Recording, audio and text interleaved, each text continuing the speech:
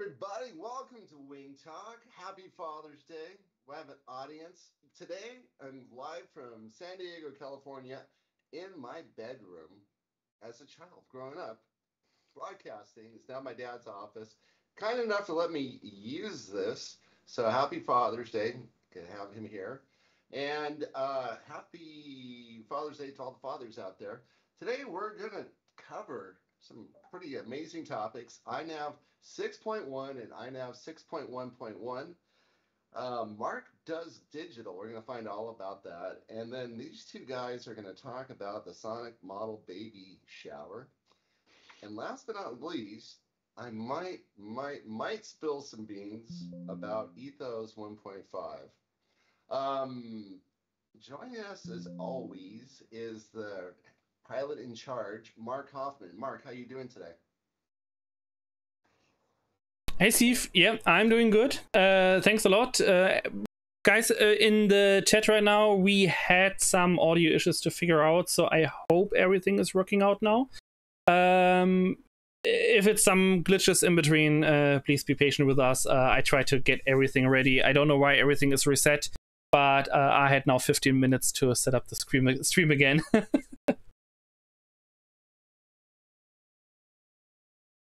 How have you been doing? I have not really spoken to you since last Queen Talk, and yeah, I had some private stuff going on that I had to solve first, but I'm going back into the hobby at the moment. So I didn't even fly once this year. The last time I flew was, I think, shortly after New Year. That was the last time any of my crafts was in the air, and that's also the reason why my YouTube channel was pretty silent beside the Wing Talks. But yeah, I'm currently on my way to go back, go outside, fly stuff, and doing INAV things. As well, we have our local flying field I fly out on Sundays. They put up a fence for baseball season, and during the baseball season, I noticed the fence was up one time so for a period of about 3.5 months, I got in one flight during that whole stretch of time. And then the fence was down because that's how rarely I was able to go fly because it was either raining or I was out of town. So it's good to have you back. I know you were kind of silent there for a good month or so. So Marc, welcome back. Thank you so much. Looking forward to a good Wing Talk with you. Yeah, same. Darren, what's going on? Oh, sorry, I was just going to start typing stuff. I wasn't expecting that. It's I'm good. Yeah, it does seem like we've been away for ages. It's only, well, we missed 1 month, but the last one was epic, so I think we deserved a break. Absolutely. So, yeah, you started a new job. Yeah. That's been keeping me pretty busy. Can't really talk much about what I do, but it is involving RC aircraft, mostly using ArduPilot. So yeah.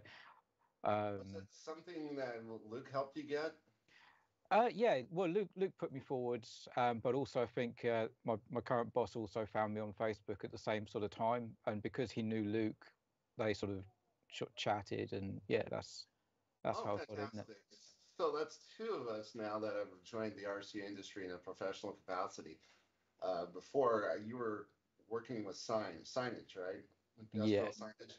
Yeah. And then I was doing photography, hanging out during the pandemic. And Marc is still doing Marc stuff. He's still the Tech 3 support at a major computer firm. So everything is fantastic. Well, great. So let's start off with talking about INAV 6.1 and what's been going on. So the last time we talked about it, 6.1 just came out. And so he's pulling up his notes as we speak. And I guess there's been some minor updates. So there was something that came up with, so I recall reading about it. There was dolphining was an issue.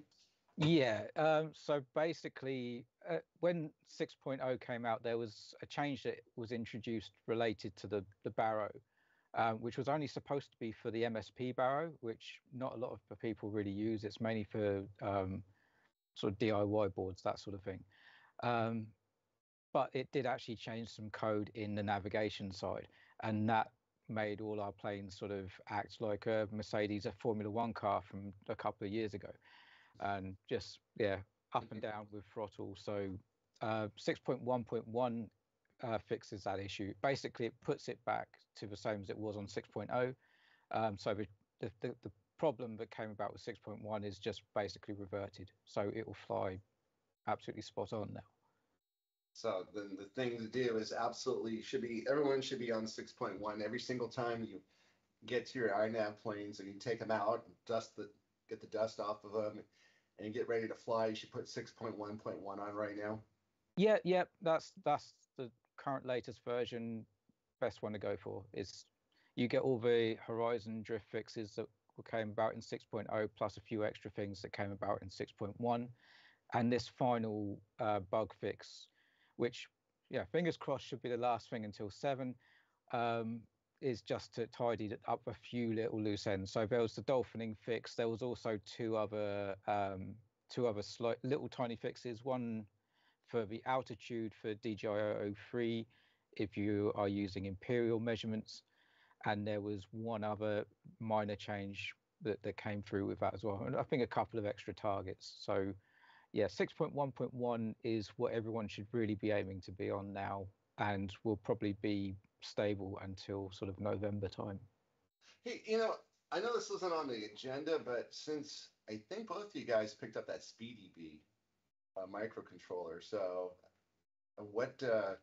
that seems to really have caught on in the group. I've seen a number of people post about it. I saw you have some videos about it, Darren. Yeah, mine's still in the box. I got it out. It's quite nice. I'm not a fan of connectors. I think people probably got that from my video. I'd rather solder.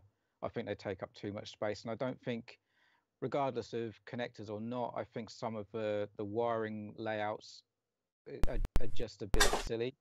Like there's a lot of repetition. There's 2 different VTX areas, and they're repeating a lot of the same stuff, which is just a waste of space. But I'm going to still put that in my Strix Goblin and hopefully have that up in the air quite soon, because a friend of mine at the flying field, Spencer, he's got his in his Goblin and it flies absolutely perfect. Just launches straight away, no issues whatsoever, and flies great.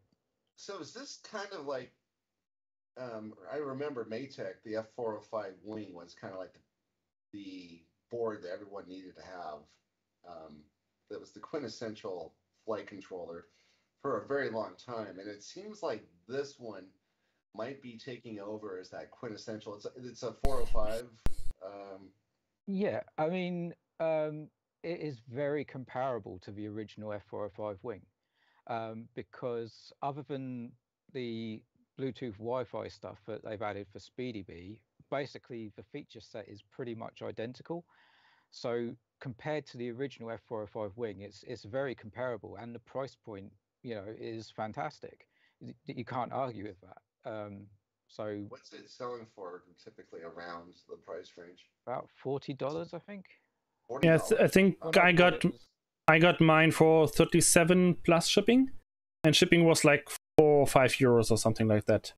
So about €40. I have not installed it yet, so mine is still just prepared. I think I've not even soldered the pins on for the servos.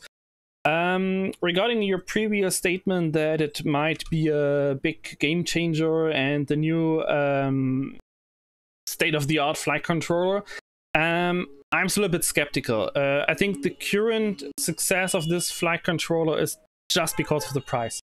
I think that's the main point. It's half the price, basically, or a bit over half the price of an F405 wing. But as Darren already pointed out, the layout is somewhat weird. Especially, it's made that the receiver is connected to UART 1. But we know that that shouldn't be done in the first place, especially because of the DFU bug on the STM flight controllers. I'm not sure if the F4 is also affected, but I have this issue on my Bixler, for example. If I plug in the LiDAR on UART 1, I cannot get it into DFU mode. So I have to disconnect it also on a 405. And yeah, it's a weird decision to have the receiver on UART 1, and also that repetition that Darren mentioned. I think the big difference between this one and the Maytag board is SpeedyB focuses more on autopilot users with their equipment, their layout, and their connectors they use, and a little bit less on the INAV side. While Maytag prioritizes INAV usage, where you just have one UART, one connector. I think that's one of the big differences, especially this double UART with, or this double connector here on that side, where you have basically two UARTs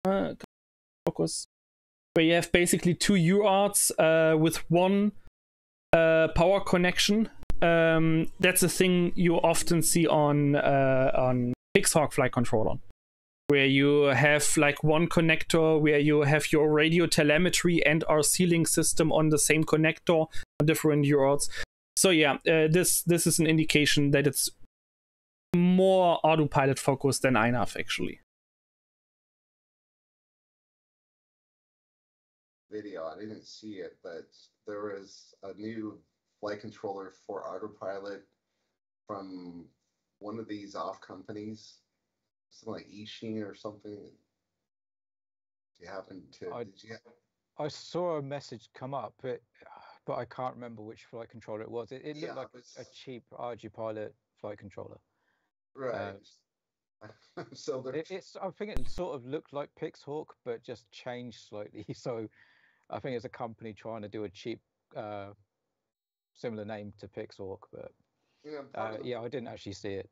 But part of the work I do, I mean, because you're dealing more with autopilot as well, but I've dealt with one of the primary code developers for autopilot here in the States, and talking to people who like flying their planes as a hobby is something he's absolutely not interested in doing. I mean, he's probably it's good. This is cool. I wouldn't mind that people are into it, but being tech support for that, he's not interested.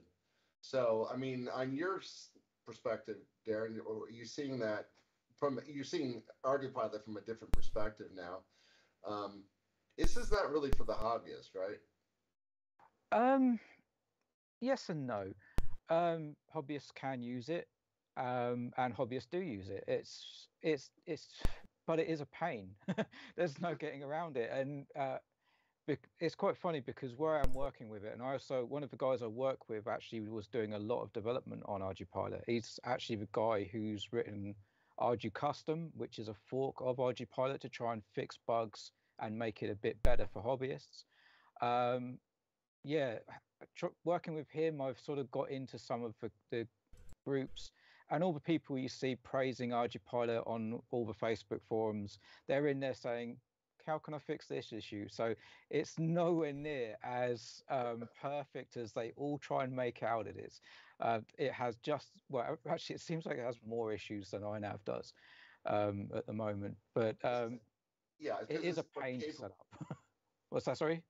It's more capable because of that. Then there's more issues, and you have to go much deeper dive to get through it, right? Yes and no. It's more capable in that it can do more things. Like it has VTOL. It has got sort of well, INAV could probably do some of the stuff it can do, but it's sort of hidden and not many people know about it. So like it does have the mavlink to change parameters on the fly, and I'm sure you can do it with MSP with INAV, but it's not really known too well. So setting up stuff like ELRS Airport, for example, you can change stuff in flight. But as far as actually setting it up for what we're doing as hobbyists, it seems more hassle than it's worth. It's like with INAV, you set up a plane, you launch it, you do an auto tune, and pretty much with standard settings, it flies pretty well. With RG-Pilot, you have to do an auto tune, you have to set up the throttle system. There's so many more steps that you have to go through to get it flying better. And even then, it still can't fly as well as INAV in acro mode. And this is what Michel, the guy I work with, he's saying it's basically crap in acro, and he's a guy who's developed on it. He also developed with INAV years ago as well. Don't forget the answer to any flight behavior issues. Tune your text. There's just like a couple of settings, like the down pitch and that sort of stuff. But yeah, TECS, you have to tune all that stuff in an RG Pilot if you want to do sort of decent missions. But yeah, he every day at some point we will say how much RG Pilot sucks, and especially the ground control software as well. Mission Planner is just awful. Every day we do complain about it. But this is what we're using because it is supposedly more reliable, that sort of thing. Yeah.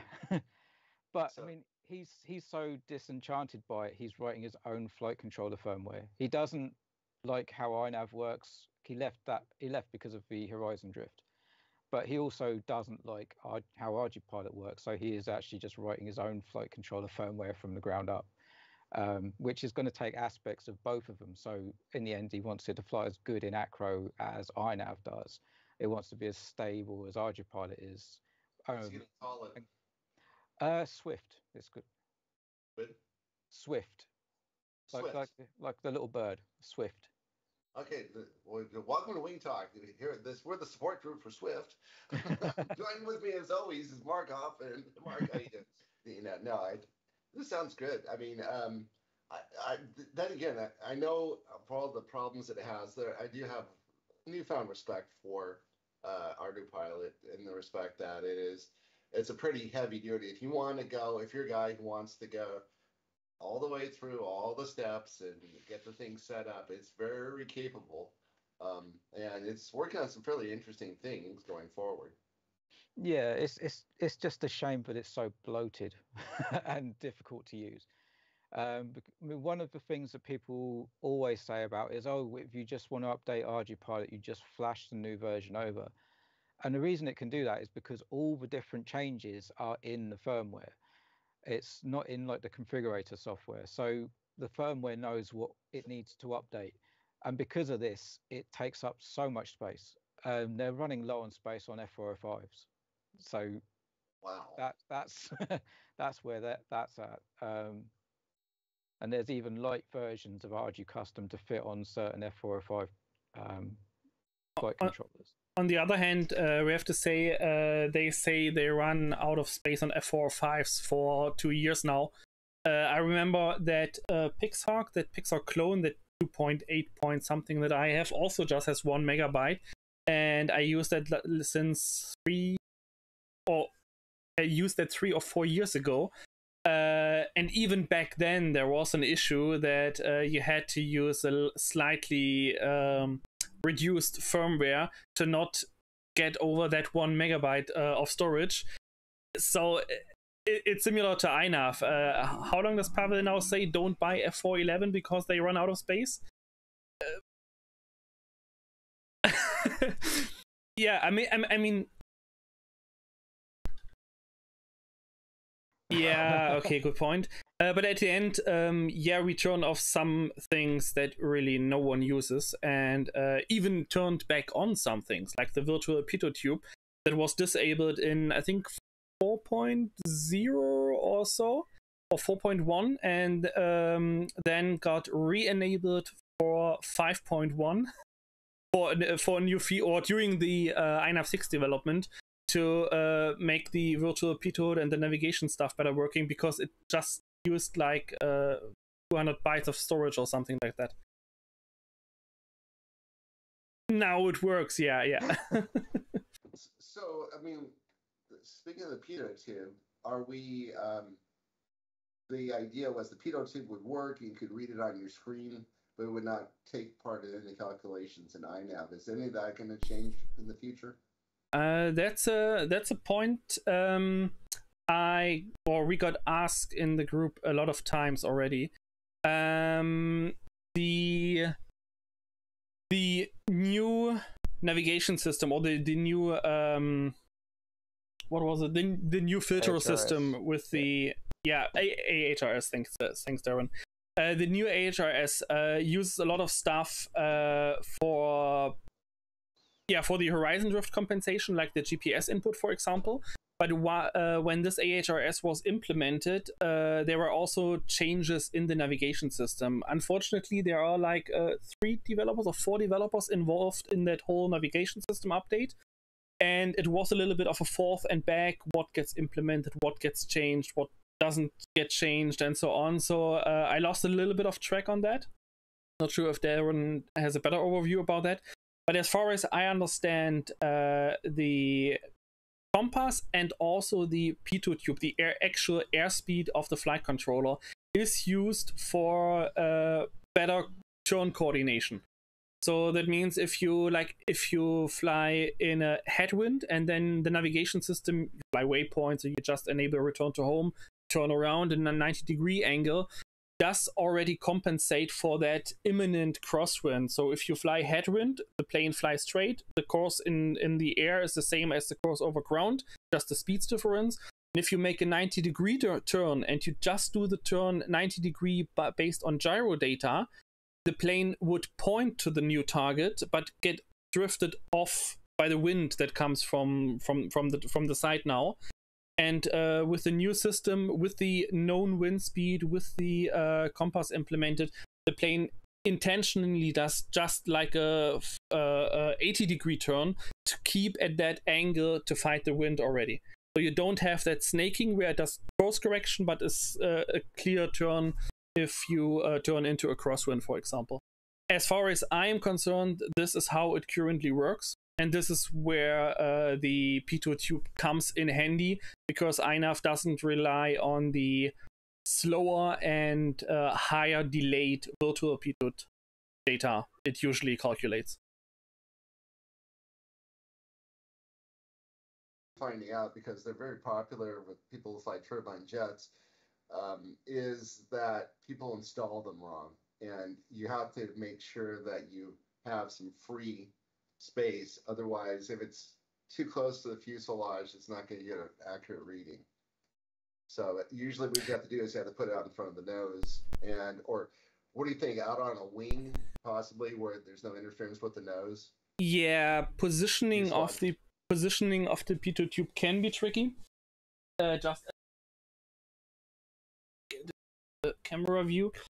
On my Bixler, I put it here under the wing. You have to make sure that the static pressure holes are in front of the leading edge in this case, and that you have a good amount of distance to the fuselage.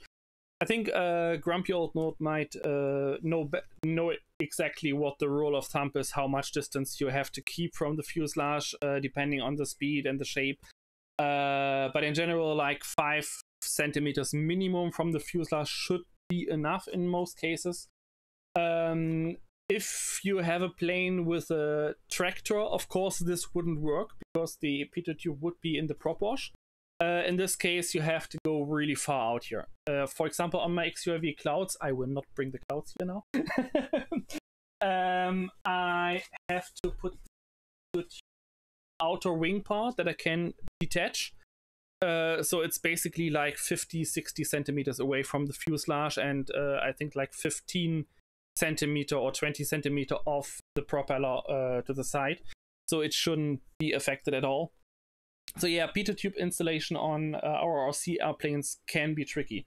I don't like pitot tubes in the nose, because sometimes it can happen. You land and you stall and it just tips, and I don't want to break it, of course. These tubes are not the cheapest ones.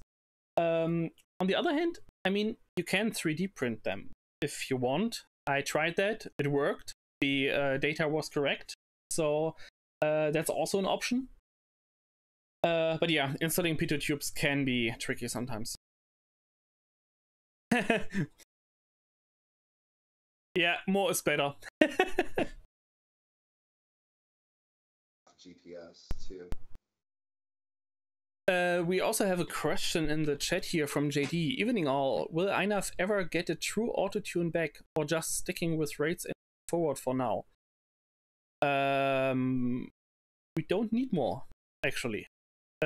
I think that's pretty much what Pavel's opinion on that is as a developer.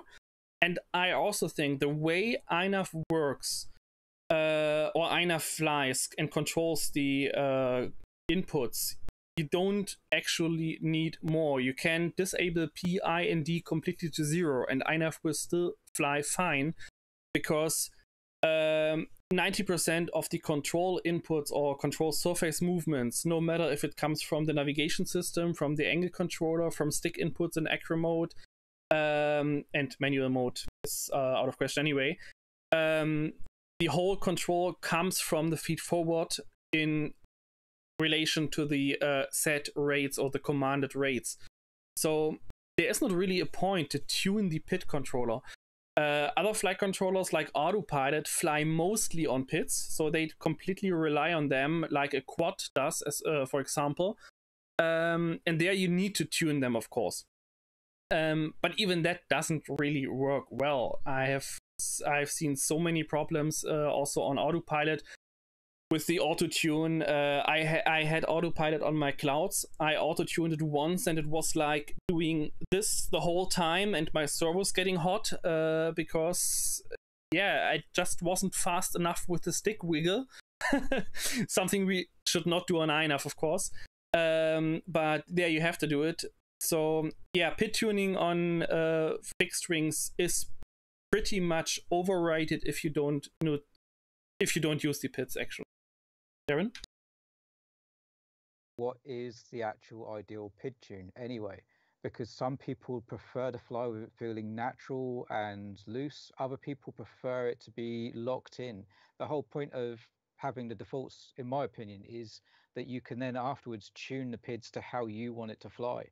People have different ideas about how they want it to fly. So getting INAV to tune it a certain way might not work for everybody. So I think the best is just to have a nice stable tune, and then people can do what they want with it. Okay. Well, now time for another topic here, and that is, what do you want to do next? Do you want to talk about the babies, or do you want to talk about Marc going digital? Digital. Digital, yeah, okay, because this is something. Look, take you back. Marc has been analog, swearing off all digital systems for a number of years now, and we looked at everything, and he is completely locked into being analog. But then there's new digital systems came along, and just so you know, we had DJI, and DJI is very good. It's the oldest of all the systems. We have Walksnail, and then we have HD0. So of the three systems, which one did you go with, Marc? I went for Walksnail. A little correction on that end. DJI is not the oldest one, but it's the first successful one. That would be correct. We had a lot of, or not a lot, but we had a few digital FPV systems before DJI. But when you have to pay like $200 to $400 for just the transmission unit, and the transmission unit is like a 200-gram brick, that's nothing for our hobby. So that was the previous generation of digital systems. I mean, it's hard to explain. My digital FPV story is actually pretty old already. When DJI came out, it was no option for me. I want a proper OSD. That was not possible on DJI. There was the range limit on DJI. There was the price point back then. That was at least a personal issue back in the day. But then HD0 came around, and I was really happy. Hey, HD0 seems to have a good price. Or back then it was Fat Shark when that started. So I thought, hey, I give it a try. I bought a Fat Shark receiver module, the last one when they had the big sale for $100 a unit, a VTX and a camera, and it didn't work properly. I had issues with the VTX. After months of troubleshooting, it turned out that my receiver module has a defect, and it's constantly flashing sparkles all over the screen. But I couldn't get any support because Fat Shark said I don't do the sign now on video. Yeah, Fatshark said what Darren just showed, but you cannot see, luckily. And HD0 couldn't give any proper support. I should have paid the shipping. That would be like 30 euros one way if they just check my receiver module. And I thought, okay, no, I will not go down that route. And that was nearly 2 years ago when I started with HD0.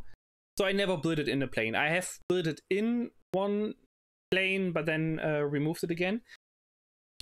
Yeah, and then I waited just what happens, how the goggles go, how the future receivers go, and I waited that the OSD is properly implemented with a proper update rate, custom OSD, HD OSD, stuff like that. Then Walksnail came around the corner last year, and I was one of the first, I was in the middle of the Walksnail hater train.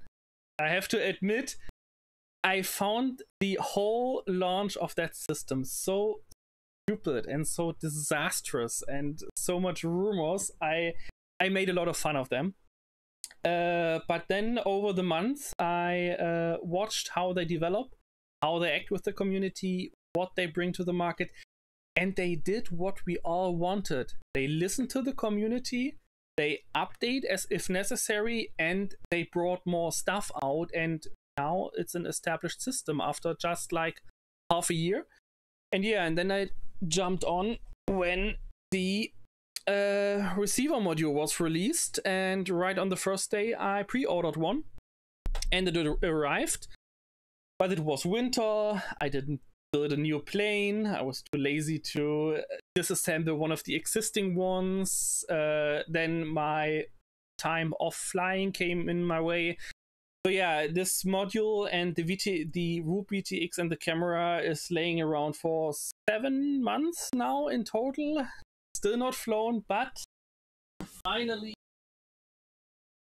I have a T1 Ranger here with a Walksnail nano cam and 350 milliwatt VTX there. And hopefully I can finally fly it next week and have my first digital flight. So that's my digital journey so far.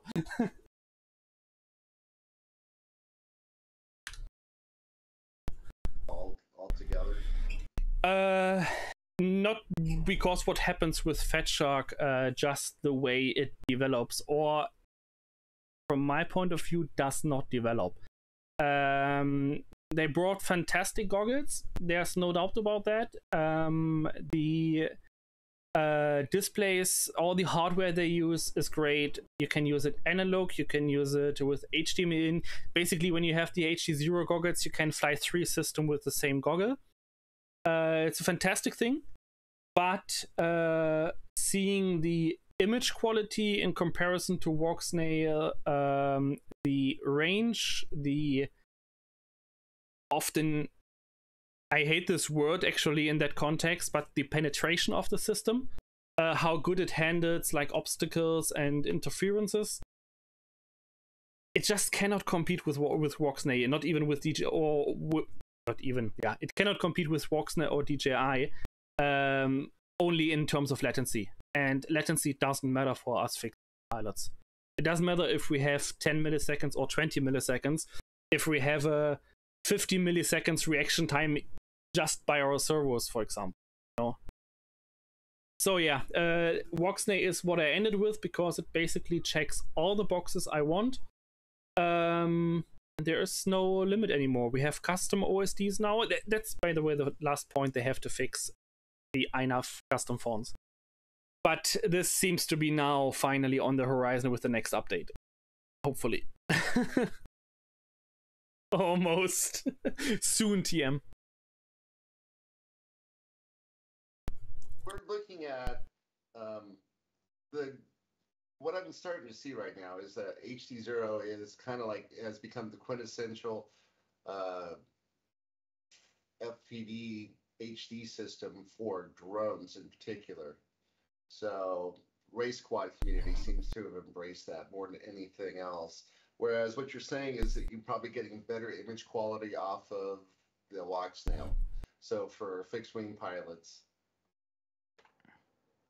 that's, I don't know if we lost Mark's audio, but yeah, fixed wing pilots, Walksnail might make a little bit more sense if you want to enjoy the picture more so than getting the latency. Yeah, I mean it's also, for example, the OSD. I think HD0 in the meantime they have an HD or more high resolution optimized layout with smaller fonts, like you have more space to put stuff there. But they have so much issues with the OSD drawing, for example, like the update rate on the artificial horizon, just as an example. That's like lagging behind on the receiver module. It's like 0.3 seconds or something like that, or up to half a second. So if you have windy conditions or your plane is a little bit wobbly, the artificial horizon makes this movement and is completely lagging behind and very slow update rate. Then they also have different update rates on the goggles, where it's actually much faster than on the module because different hardware. This is also worrying for future development, because if the module struggles in terms of performance for drawing stuff on the screen, how will this affect future updates? Will it be left behind with some new features in the future, with better bit rates, better frame rates, or whatever? So this is something I personally find a little bit concerning. And yeah, and when I see Walksnail, I turned it on the first time literally a week ago. My receiver was never powered until a week ago. I had some struggle to get the OSD working, but that was my fault. First I swapped TX and RX, and then I was also on the wrong UART. So, but after that worked, I watched through my goggles. I moved the plane, and the first thing I thought, holy shit, that's even faster than analog.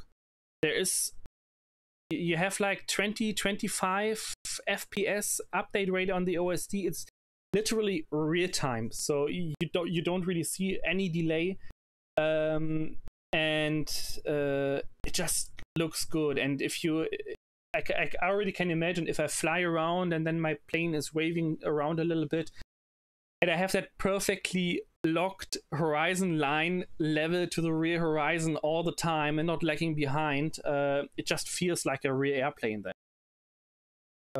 Yeah, that's what I liked about it on my first impression, and that's just the module. And I know the goggle has the same performance, so I'm not worried about any future things that the module might be left behind with updates or something.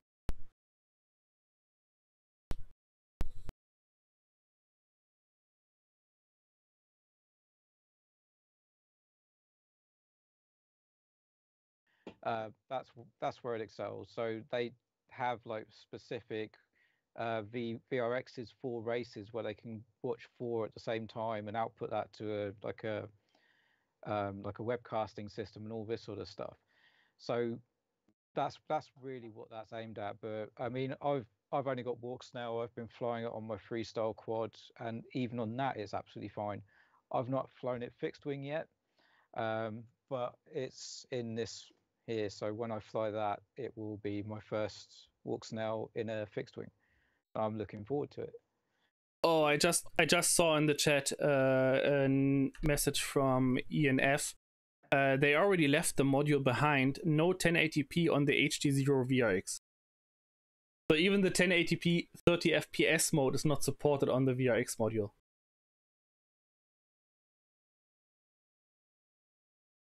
Just not powerful enough. That's why the OSD lags. The font is, from a technical point of view, the old analog font for INAV had like a grey background, which was removed by the OSD chip, and HD0 is basically mimicking that. All the other HD systems are using a transparent background, which is why we can have all the different colors and it looks fantastic. But if you tried to do that on the HD0 chip, it just wouldn't be able to keep up. So I think it is actually a hardware thing. I can't say anything about Carl Zhao because he bought me lunch one time. So No, I mean, I have to say, I mean, I've seen stuff in the groups, and Carl always seems really helpful, really nice, really genuine. So, I'm not wishing them bad or anything like that, yeah, but it's just how the cards have well, it's feedback. played out. We're here to to speak the truth, truth to power, or whatever we're doing here. But so if it's not good enough, or it's you can clearly see there's differentiation between one system and another. They need to know that. Yeah, yeah, definitely. But still, that being said, all the guys when you go to the drone events, they're all flying with HD0. So interesting. Well, we'll see, Mark. See how both you guys do with it. Then I'm going to stick with the analog for a while until we know it's starting to become a clear decision. I said I was going to wait till the summer to make up my decision, but I'm going to see what you guys do, and we'll go from there. Right now we're coming up in about 10 minutes before the break. I think we might want to take a break early simply because I don't think the show is going to go as long today as it normally does. So why don't we take a 3-minute break and then we'll come back. Yeah, cool. Okay, see you later.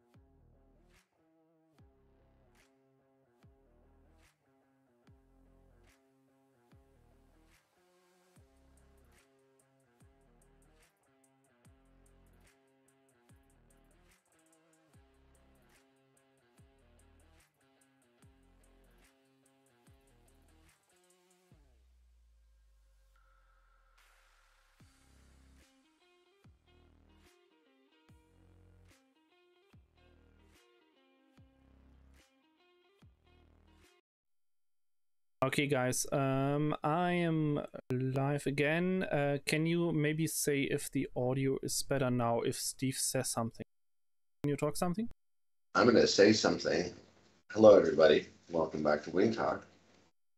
We're going to talk live from San Diego. We're back. Hopefully, let us know if you can hear it, because my microphone is on this camera way back here. And so normally I have it in front of me, but hopefully you can hear us okay. Okay, yeah, everyone says it's better now. Now I can dial up my own level again, so we are on the same. Good.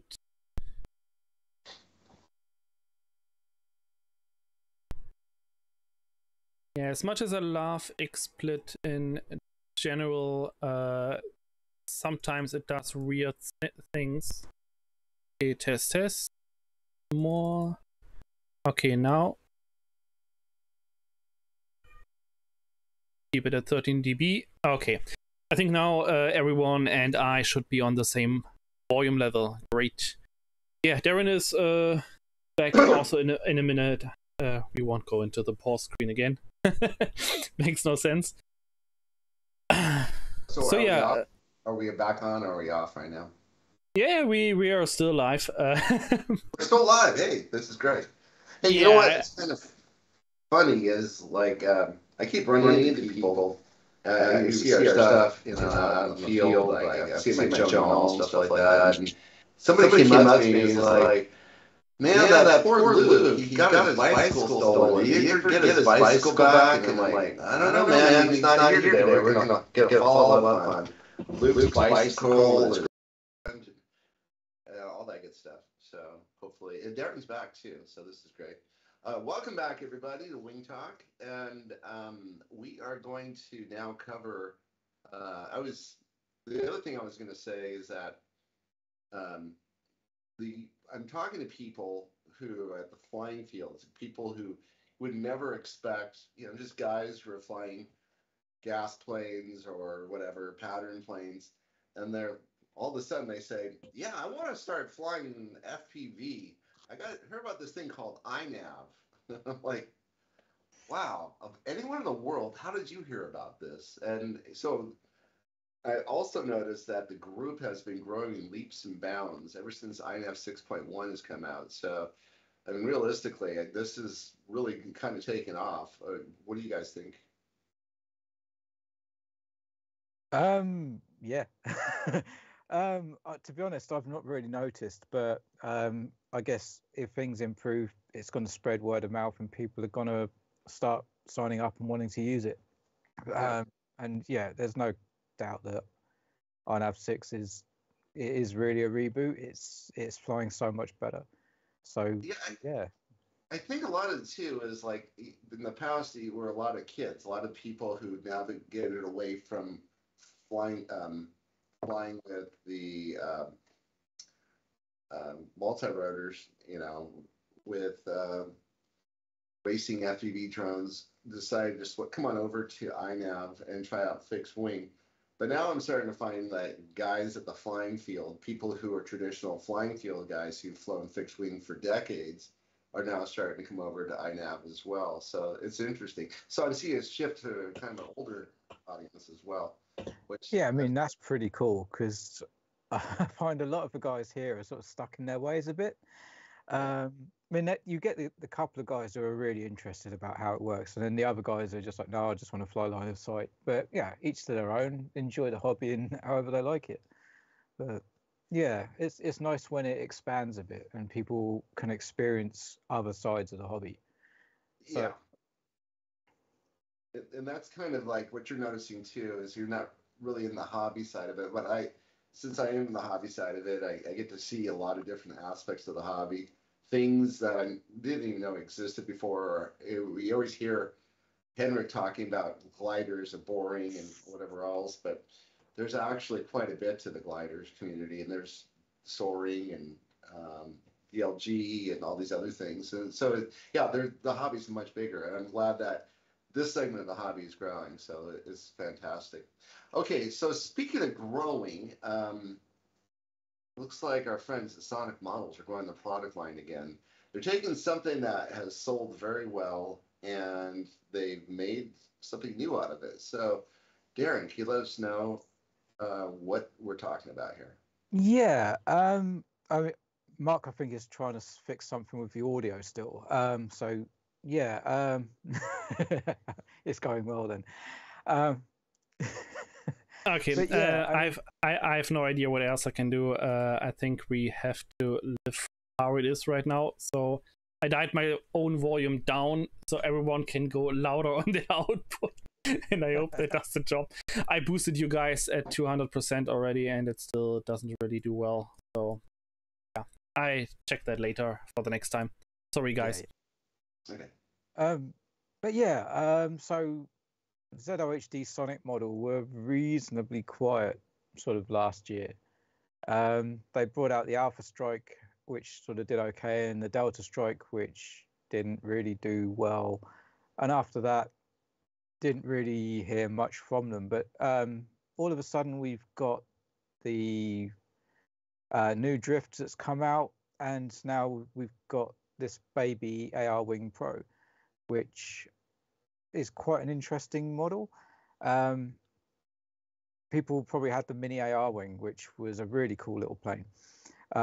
This sort of is taking the AR Pro visuals and making it something that's more that sort of size with removable wings. So yeah, it's quite an interesting little plane. What do you think about it, Mark? Yeah, I have to admit I watched your video already about it, your first impression video, and I pretty much agree on your point. So guys, if you after the talk go to Darren's very good things. The design is of course an AR Pro. It's pretty much shrunken down with the whole relationships kept the same winglets, just smaller. The compartment is still pretty big for such a small wing, that's for sure. It's height limited, but as you can see, it still fits a F45 WMN in the back, even with a servo pin connector, without even touching the hatch. So this is fine. It has weaknesses, and I think it has things that will fail first if you have a hard landing or a crash. For example, these linkages, and my first thought was, why did they do this? That's the whole slack that you have in the control surface, and these plastic bolt joints are so tiny. I mean, just let me take, just as a reference, this USB port as a size reference. Hard to see. But yeah, they are really, really tiny, and I guess they will break very easily. They put a spare one in. I think they know why, but this is something I will definitely very, very quick. Beside that, battery-wise, it can be tricky to find a battery that fits. In the T1, I made myself a 3S lithium-ion pack, 1000 amp hours, and 1850 cells in a triangle layout. Do tight, but it fits. So I made myself this pack, and that fits right in the nose. CG is pretty much on spot. I think if I would have the VTX in the front bay, the CG would be perfect. Right now I might need to add 5 grams in the nose or so, if I keep it back there. So yeah, weight balance selected pretty well, and my probably biggest critics is I don't trust that motor, not at all. The reason is, just by logic standpoint, if you check, it's a 1406 3800 kV, and if you compare it with the motor that came with the Drift and the Dart 250G, it's exactly the same motor. It's just with a different winding to have 3800 kV instead of 2600 kV. And as we all know, with the same propeller, with same battery and higher kV, you pull higher current.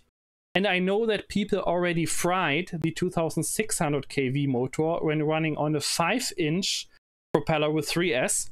Now they have a 3800 kV motor running on 4-inch on 4S. I don't think that this will work. So I stick with 3S. I don't trust that motor, a 4S battery. Yeah, a 1507 would be more. Yeah, that's just basically the same size. But I did find it tricky to get CG. This is balanced. I had to have everything towards the front, and it's sort of balanced. But yeah, it's actually slightly tail heavy still. but it's actually it's pretty good. But yeah, Is that's it how mine is laid out. is it Ready the to go. battery arrangement? Because I guess because mine is in the triangle position, it's the center of mass You'll is have a even bit more further weight front. forward, yeah. Yeah, yeah. But my thing is with a bigger motor, it's going to be heavier. So I think to get that weight, I'm going to have to use 21/700s to just counter out a bigger motor. And I think that may be why they've gone for such a small motor, is because of the balance. Ideally, the nose wanted to be a little bit longer. I personally feel. Yeah. But yeah, this is fully set up with digital, ready to go, which is surprising for me, seeing as I only did the video sort of Wednesday, Thursday this week. I made it. Don't we still wait for the AR Pro to fly? I need to build up the batteries for that yet. Excuses again. The baby will be flying very soon. I just need to go through the checklist. I just want to remind you that you said last Ring Talk you're in close to launch it, and that was 2 months ago. Have arrived, but the reason I'm waiting is because potentially I could have a demo lithium-ion welder to check out and show people. So that's why I'm holding on to them. But yeah, this is ready to go. I've actually gone the full whole hog, the receivers in one wing, GPS in the other wing. And the reason I did that was because it's actually further forward than it would be sat here by a couple of millimeters. So it's actually a bit more weight towards the front. That's the whole reason. But it looks quite neat. It's ready to go. Are there antennas on the sides in the fuselage? In the foam? Yeah. So these are my True RC OCP antennas. So again, further forward than they would have been if I was stuck out the back. it's all been about the weight on this thing. But yeah, I think it looks quite neat like that. Nice and aero. That's yeah. Yeah, the question I have is for you guys is it seems like they had hits. I mean, Sonic Model had hit after hit. They had the Air Wing, and then they came out with the Air Pro, and that was when we were reviewing it. You're saying, "Oh, just buy it with the electronics because it's really great." But now you're saying this new one, and then they came out with the Air Mini. It was like the 900, but it was 600 millimeter, and that was fine as well, right? Yeah, I mean, to be honest, I think the setup on the original Mini AR wing would have been the same size they should have used on this for motor and prop, because on my one I've actually got a bigger motor and prop, and the reason is I couldn't actually find the same size motor, but it's just so inefficient with a bigger motor and prop compared to how the 1806 was. That's really quite a nice size for this sort of size plane. Get plenty of flight time out of it, and it just works really well.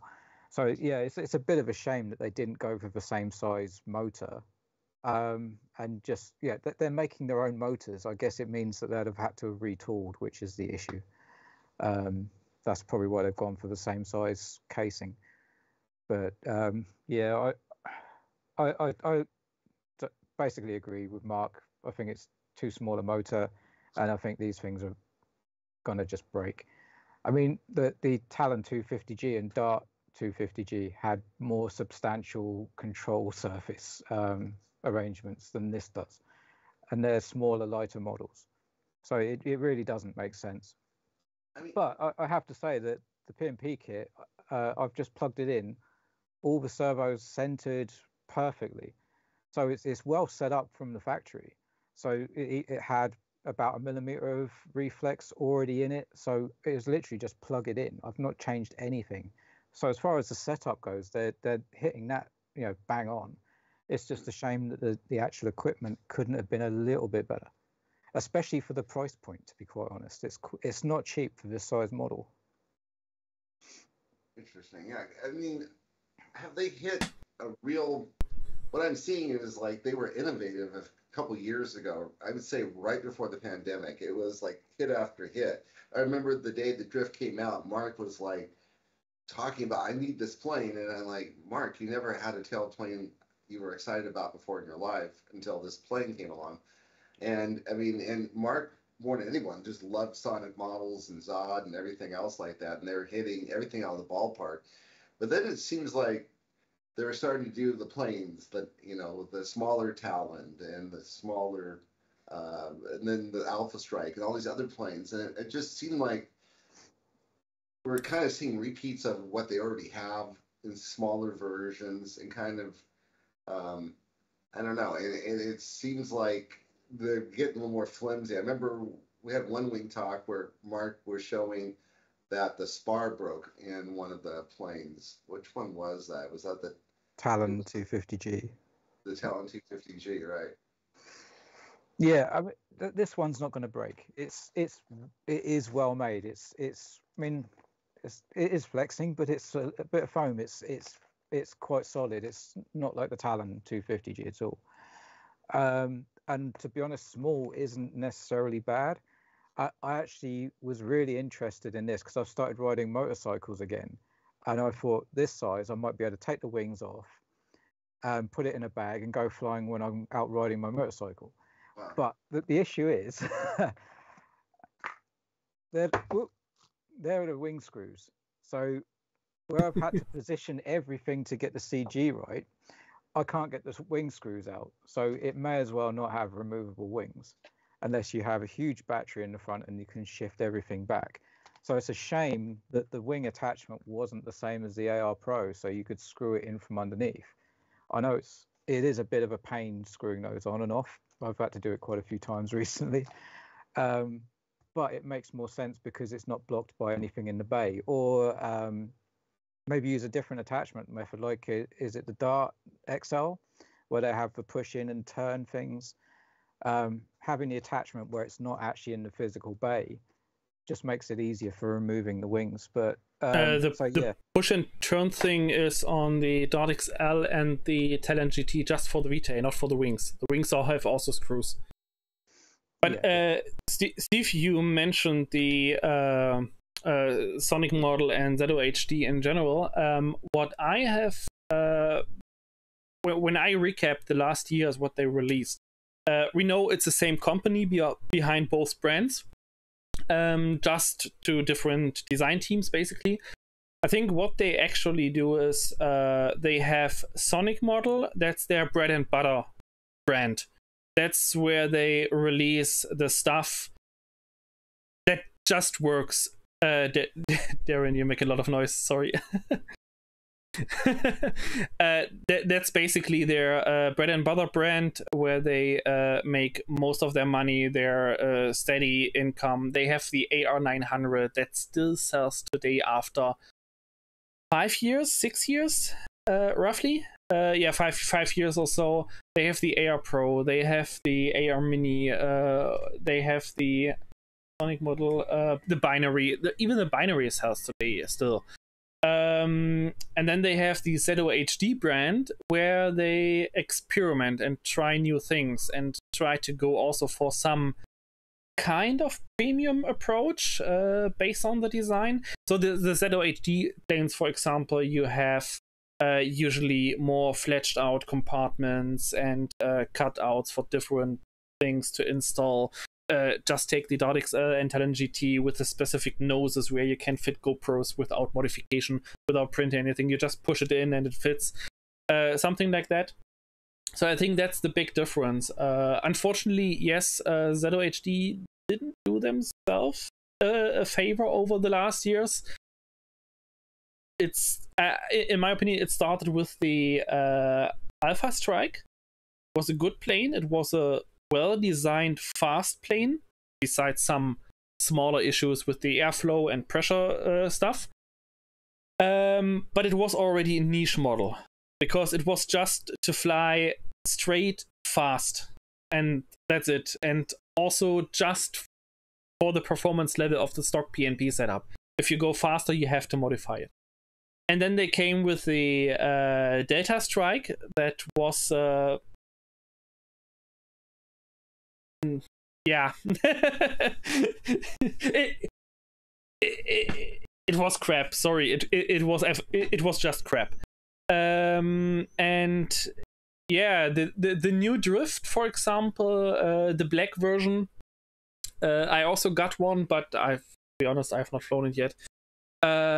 It has some of the issues removed, like the flexible ailerons are now stiffer. They changed the carbon inlets to make them more stable.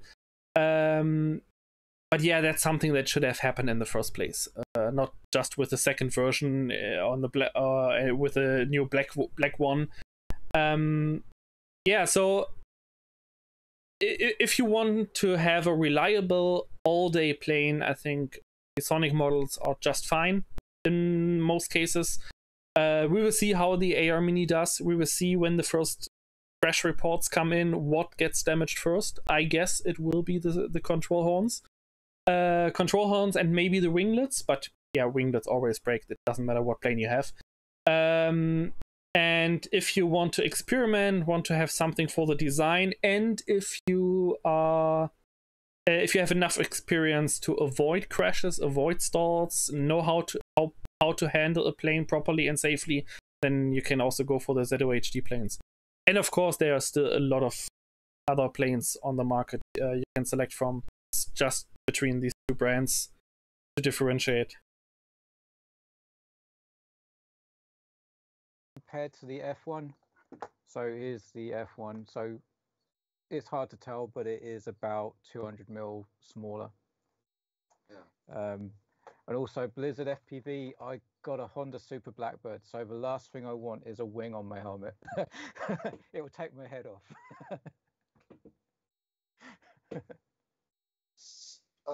So we're looking at it's interesting, and they also had the Zod. They had the Orbit, and that was that came out, and then it was an interesting plane in that you could keep it up with a 3S 2200 battery, LiPo battery. You can keep it up for an hour flying around.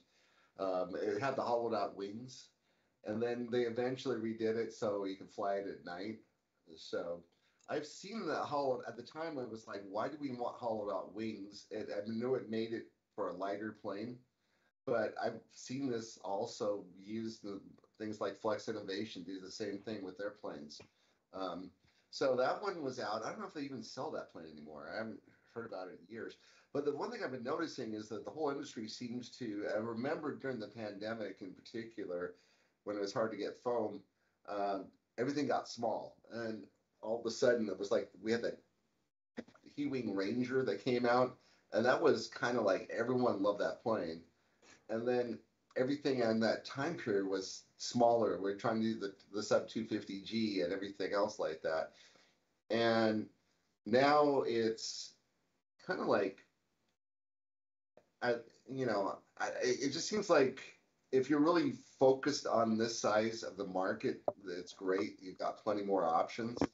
But I haven't really seen a lot in the medium size, something around the 1 meter size coming out in the last year or two. Or like a good flying wing, that was something that, is decent. Those small planes are great, don't get me wrong. That looks like, when I look at that plane, I can see here's something nearly everyone can launch because it's small enough, as opposed to the Pro was something that was hard for people to launch. And that was kind of the number one criticism of it. Getting the CG right, getting it launched, it was difficult to get launched. There's something small. But I also noticed that when you get to these smaller planes, they tend to oscillate when they're flying around a lot more. So the video is always kind of a little bit jittery. When you get into larger planes, everything tends to be smoother. Yeah, I mean, well, we've had the Swordfish. That was about 1 meter, 1.2 meters. So there is stuff coming out. And I do know that there is a certain manufacturer that's going to release quite a few new planes fairly soon, but I can't actually say anything about it. So I don't actually even know what the planes are. I just know that they have a certain number that's coming out. But yeah, I think at the moment the smaller stuff is popular, and that's why companies are producing it. But you look at stuff like the T1 Ranger, and that flies really well. So again, small isn't necessarily bad. It's and people are more likely to spend $60 to $100 on something small than they are to spend $300 on something the size of a cloud or similar. So they've got to sort of, sell their stuff to people who will buy it. And I guess that leads them. Wolf in the chat just also made a good point that increasing shipping costs killed all new big planes. Yeah, there is something to it. I mean, the shipping cost from China has reduced a lot over the last year again, but we are still far from the cost we had like 2 years ago. And this is still a thing that the whole market struggles with, I guess. Especially, I have to ask my contact at Sonic Modeling. He is usually pretty open with this information. What they struggled with. The shipping issue, the shipping cost issue, when that started, was actually a big point in how the AR Pro was designed back. Because initially it was planned that the fuselage gets narrower and the wings bigger, but that wasn't possible. So they had to stretch the fuselage and make the wings shorter to have them all the same size to fit in a smaller box. So that changed the design of the plane, actually, and this is very interesting. And yeah, regarding big and small planes, I think the big plane stuff mostly started because the first fixed-wing FPV pilots flew fixed wings because of long flight times, because of the cruising aspect of it, and not for like proximity bashing like with a quad, for example. But the problem with that is you need a location where you can land. It doesn't help if you have a big plane like a Cloud with 1.9 meter, 2 meter, 2 meter 50 wingspan. If you're somewhere out in the wild and you have to land on gravel or rocks where you have where you smash holes in your plane every time you land, this limits the location where you can fly, and you don't have this problem with a small plane. Like something like the AR Mini or the Baby AR or even the T1 can just search for a small bush and basically nosedive it into the bush to land, because it won't get damaged due to the low weight and the low speeds they fly at. And yeah, quad pilots also want to have something agile, something small, something to rip through gaps in trees, for example. And I think that's why the small planes get more and more popular, or got more and more popular. Right now they are, I think, the big selling points. Well, it's time for our last topic of the day, and we didn't talk about it in advance, so wanted to kind of more like a general chat about this. And the question was Ethos, which is the new operating system from FR Sky. So I wanted to have more of a conversation. The question was, is Ethos ready for FPV? And so, and then I'm going to cover some of the things that are coming out with Ethos. But I kind of wanted to see, just kind of like, let's talk about where things are right now when it comes to the transmitter market. Not from like, I have a job Monday through Friday, Saturdays, and part way through Sunday working for FR Sky. But I'm off the clock right now, so feel free to talk about things in realistic terms. And I'm a big boy, I can handle anything. What I'm looking at right now is we have different operating systems. We have, when it comes to FPV, we have the quintessential OpenTX, EdgeTX, which was and still is kind of like the industry standard. Then you got this new thing coming out of left field from FR Sky known as Ethos. And there's a bit more to the story than that, but before we get into it, I mean, what are your takes? Marc, do you have one preference over the other? I know from what I can see is that pretty much because everyone has started out with OpenTX and EdgeTX, is that something that you think like the community is going to continue to embrace in the future? Hard to tell, to be honest. But in general, I would say the majority will stay with the open source. It's just because they are more flexible. They don't have the liability that a company-driven system has. For example, just let's say Ethos has some kind of weird bug with a specific receiver that's used in big jet engine planes, for example. And if you have like 20 flight hours on one model, at some point the radio freezes. Just as an example, FRS guy would be in big trouble and get a lot of backlash if that would happen.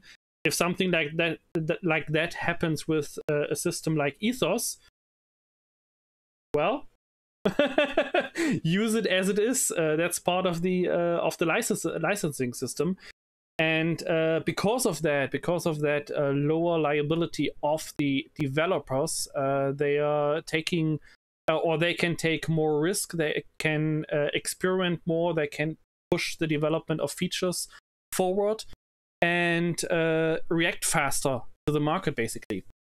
Because I guess it's similar with FRS guy developing Ethos. There is a new feature that gets implemented. It has to go through testing. It has to go through certification, and it can take weeks or months until an update is finally released to the public. While on Ethos, okay, this feature should come in. Okay, let's make a new update, and it's out. It's the same like with INAV, for example. If it's at a stage, at a specific state, and everyone says, yeah, okay, let's make the cut here. Everyone fine, everyone tested. Okay, let's push it out. And that doesn't work with the company-driven system. And I think that's the point why systems like HTX will lead the market of radios, and also the radio manufacturers like Radiomaster, FlySky, and what are the other ones? There's Radio King, Jumper. They just have no development cost. They just know, okay, this is the hardware we have to put in, that it works. And if there is some additional changes, we can just add it to the code, publish it on GitHub, or push it into GitHub, and it will work. So they have much less development costs with stuff like that.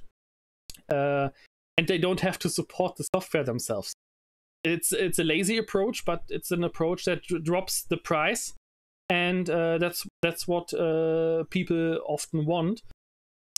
And regarding your question, Ethos or OpenTX or HTX,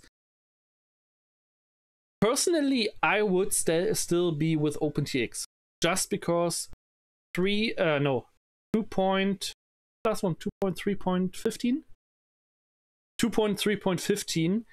It's out for over a year now. It works. There is nothing, no bugs, nothing crashes. It just works as it is. I can set it up exactly as I want. I enable my features that I want, and I can use my Bluetooth mod. I can use my R9 access mod. That was all implemented before the project died, and in my opinion, it's dead. OpenTX is dead now. But in its last state, it just works. And HTX is still a big construction site. A massive. There's so much going on. If you just follow the GitHub pull requests, every few days, fix this, fix this, fix this, fix this. And we are still talking about an update that's basically coming from a stable version. But there's so much stuff going on currently. And some radios even struggle with the performance as well. So yeah, currently I have to switch to HTX, unfortunately, because Radiomaster does not provide the OpenTX SD card files anymore on their website for the TX16S. And yeah, I gave it a try. I got a custom build firmware today from the developers of the stable 284. Yeah, 284. And I hope it will be reliable until 2.9 is out, and then I don't need custom builds anymore.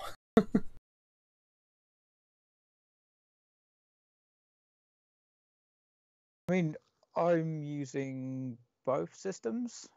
And as far as functionality goes, there are still a few things in Ethos that I would rather be there, which are in OpenTX, but they may be in the new sort of big update. My main radio I use for FPV, I'm still using OpenTX. We used EdgeTX at work on the same radio, and I hated it. So we've actually switched back to OpenTX on that radio. Yeah, I mean, forgetting all the bugs and everything, it's like the UI is made for people with like huge sausage fingers, and it's just not a nice system to use, I don't think. I can understand why people with touchscreens have got it, because OpenTX doesn't support touchscreen, but yeah, ignoring that, it's just not a good user interface. And to be honest, Ethos actually shows that you can have a lot of information on screen and still have a very workable touch screen. It's like you can see 4 things on screen with EdgeTX, or you can see 8 things on screen with Ethos, and the touch screen works just as well. So it can be done. But yeah, so I'm using OpenTX for my FPV radio. My line of sight and quads, I'm actually using Ethos. And yeah, it all works absolutely fine. I don't really have any problem with how I can get things set up. They're both good systems. Okay. Well, the way I see it is that yeah, I still fly some of my planes with OpenTX, and the OpenTX project is not going to be developed any further than it is right now. I mean, we're not the code owners, but essentially what happened was a long time ago when FrSky was taking off, they needed a operating system, and OpenTX was available. And then it became a function of, hey, we want certain things to be done, and the developer. So the best analogy I can give is our friend Powell. If he were to say to him, you know, hey Powell, I'm coming out with I'm Maytech. We're making flight controllers. Can you please make some changes for us? And Powell will say, well, mate, I got a full-time job, and I'll get to it when I can, but it might be 6 months to a year. And then, you know, Maytech comes back and says, well, we're releasing something in a couple of weeks. And what they did eventually was they said, what if Maytech were to charge the end user an extra $10 a flight controller? So what would be a $40 flight controller is now a $50 flight controller. And then over time, maybe have a few more administrative costs, and because of research and development, we'll make it a $60 flight controller. Well, yes, it's 50% more, but still it's something reasonable. And then all of a sudden, the thought was that this is an open source project, and you're going to help develop this if it's for the good of the whole community. And then all of a sudden, some competitors come along, and they said, man, we want to get market share. We can sell these for $40, but we're going to sell them for $35 and let everyone know it. And all of a sudden, it's just like we see on a Speedy Bee, you know, oh my gosh, here, it's like half the price, and it's nearly half the price, and it's just as good. Maybe the components are a little bit cheaper, but I don't care. But the thing that's missing that Marc was discussing, and this is what I'll disagree with Marc on, well, we don't disagree often, but money is the one thing that is really going to make or break a project. And this is something that I saw with the open source project. This is something that Paul, whenever we have him on, it's a topic he will love to talk about, how the open source project are not funded.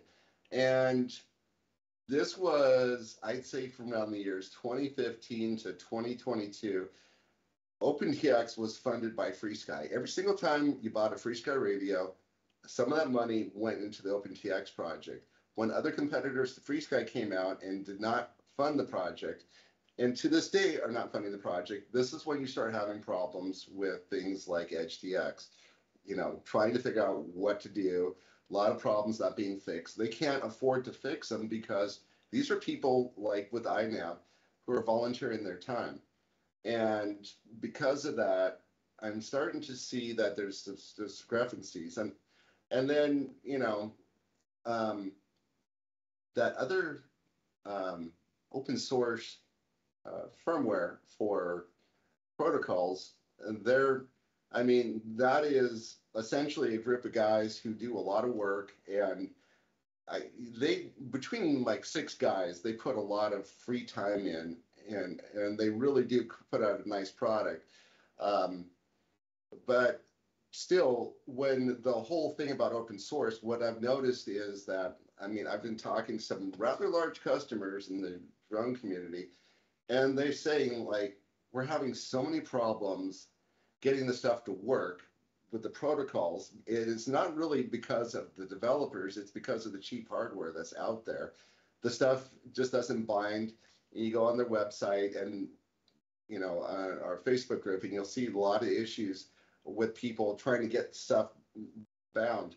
Now, I will say that there are a lot of people out there who can give and have done a very good job with getting their coming out with a formula that they can share freely. Like, if you buy this hardware and you use this version of our firmware, everything works great. And a lot of people follow it and don't have a single problem with it, and a lot of people swear by it.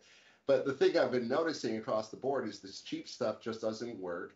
And if you want better quality results, you have to pay for better quality equipment, which kind of defeats the whole point of this being so much cheaper in the first place. As far as code development is concerned, as I'm thinking, what I'm looking at is that there's starting to be a differential, and the main thing is we didn't discuss the H7 microcontroller, but you kind of saw that when the H7 microcontroller came out with INAV, it took about a year. I remember a lot of people bought these H743 microcontrollers from Maytech, and we were getting questions all the time. When is this going to be available with INAV? When's it going to be available for INAV? Someone actually had a public meltdown in the group because one is available for INAV. And it took about a good year, and that's because the code base was different. It was not a completely different microcontroller, but a lot of the code base had to be brought over. So that was a lot of heavy lifting that Paul had to do to bring it over. When it came to Ethos, what happened was the primary code developer for OpenTX picked up, and we asked him, you know, do we want to keep funding the open source project when we have people who are successfully selling very similar radios that we're selling for half the money, who are not paying into the open source project? Do we want to keep doing that, or do we want to make our own firmware? And then if we're going to make a firmware, let's make it for this H-series microcontroller, which is something that's new.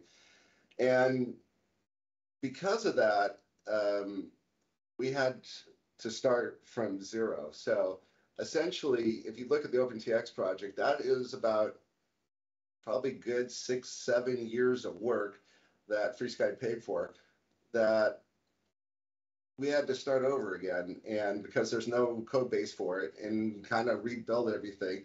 And because of that, you know, you have one system which has 7 years behind it, whereas another system has about 2 to 3 years behind it. And so the idea is to catch up to where OpenTX left off. And we're somewhere, I would say, about 70% of the way there. It's not 100%, but every single time it gets closer. So anything you want to add before I get into what's new about in Ethos? Speaking of different approaches and different paths to take, that's something that's interesting about HTX as well. HTX was supposed to continue the OpenTX development, where OpenTX didn't do anything anymore. especially the long announced touch support in OpenTX with 2.4 that was never released. But it's an interesting analogy with the being behind and catching up. Actually, Ethos tried to shoot ahead of OpenTX, but instead of staying on the racetrack, they basically took gravel roads all over the place and still tried to stay faster. I mean, they had a lot of trouble with stability, with bugs, and the touch interface is still not finished now, and we are now how much 2.5 years into development, and the big mighty touch interface is still not complete. There are still features missing that were possible on OpenTX because it's not fully implemented. It's all different approaches how the development continues. I hope HTX will be at a point where it's just for everyone, click, done. And even if you have a radio that's not on standard, for example, I'm not really a programmer. I know how to write a few lines and that's it. And I don't want to teach myself everything in terms of software programming, compiling, and all that stuff.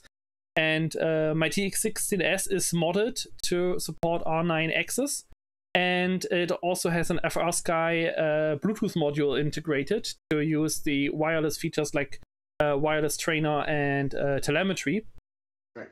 And in OpenTX, it was just one checkbox for R9 access and one checkbox for Bluetooth enable, and I download firmware and I flash the firmware. So it's 4 button presses to get this working. On HTX, I still have to compile my own firmware in a command line with the parameters I have to know, and then flash it and hope that everything works and I didn't forget anything. But this might change now with 2.9 when it gets finished, because then they also just put all the features in one firmware package, and you can enable and disable it on inside the radio without reflashing. That's actually also a good approach if the radio has enough storage to keep all the features alive. That's a good question, and yeah, I hope that they do that, because it seems to be, in the meantime, that a lot of people bought those Radio Master radios, and there's still a lot of the FrSky Tyrannas and Horus radios out there, and you really do want to make sure like all that is addressed, and people can be happy with the radios going well into the future. But yeah, there were a number of things as the things developed that needed to be added to Ethos. And the primary thing about version 1.5, when I did check it, there's a number of fixes that fix things that are annoying. So there were a lot of things like, one of the things, whenever you want to get into a mixer, there's a plus icon in the top right corner that's microscopic, and it's just really hard to see. So make the plus button bigger. So little things like that. But the larger things are insta trims. That was something in OpenTX, and that was for the fixed wing community, and not a lot of people knew about it because there's not a lot of people flying fixed wing with line of sight pilots. But the idea is that you could take as you're flying, you can figure out where the plane is stable, where it's flying level, and maybe your sticks are moved off and they're skewed. You push a button on the radio or flip a switch or something in the back, and all of a sudden the plane is trimmed, and so you let go of the sticks and it's flying perfectly straight. It's called the Insta Trim. That's been in OpenTX for quite a while. That's going to be coming out in Ethos. Now, the thing that I mentioned, the H-series microcontroller and the code base, and the question is when does it start paying off? When do we start seeing the benefits of Ethos with their superior microcontroller to what's in all these other radio systems? And There was one thing that was out. We probably don't really notice it super well, but there's something about the flight modes.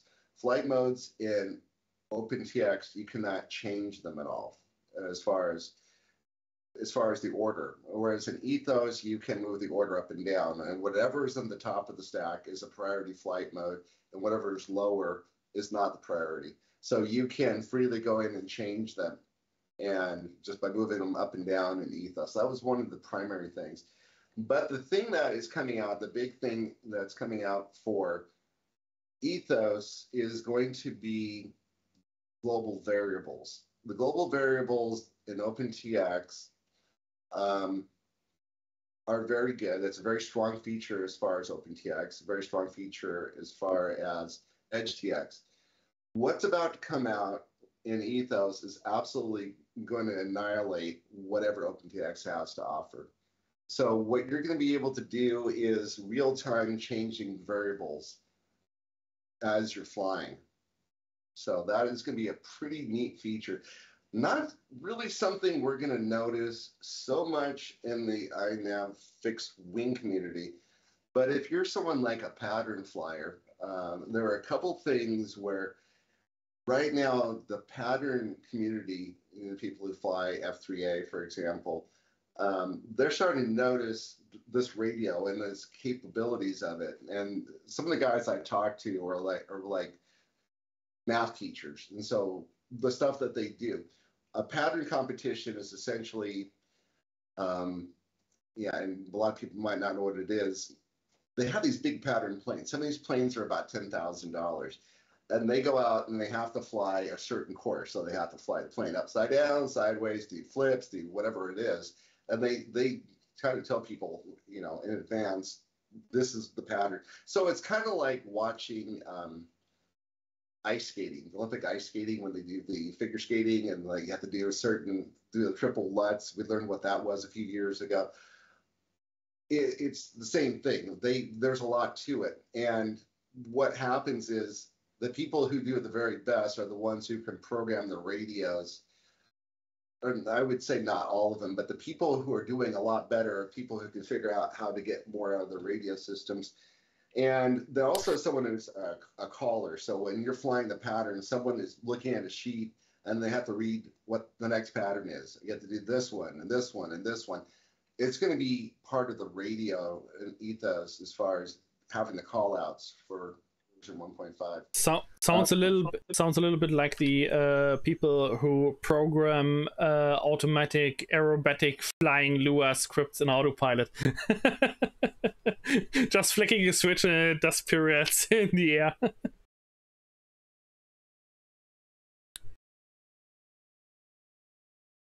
You can essentially, on your right stick, you can control your rudder. And he said that the problem was there's a turn he has to do, and if you were to take it and put the sticks all the way in the bottom corner, the plane would roll over, and he doesn't want it to roll over, so he had to add rudder. But when you add rudder, what happens is you would change the sound of the motor because either it's going to go up or down slightly. But he's able to do it all on one stick with the right stick, so the motor doesn't change the sound, and that sounds better to the judges as well. Maybe it's just style points, but it's something he really appreciated. So yeah, there's some cool things like that. Now, the big thing that was missing was that we needed to have the ability to turn trims off. This was the thing that we have not come out with the INAV fixed wing group Ethos pack for, you know, a model build. And that was about a year ago. Darren said we really need to be able to turn off the ability for people when they get out of manual mode to have their trims go away and not have their trims continue on. Well, there's not a way, unfortunately, going right now. That one still looks like it's going to be a long way off. So we're probably not going to have a model pack unless we do it using flight mode. So there's ways around that would be flight modes. The trim, the whole point is the trims should be able to be turned on and off based on flight modes.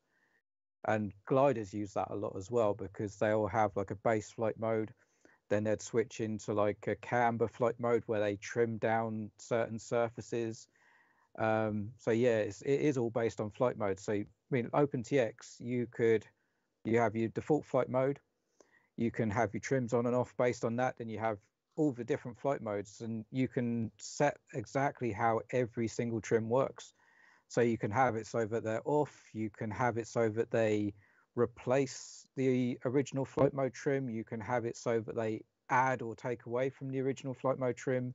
There's a lot you can do with that. And that's what Ethos really needs for the INAV fixed wing route model.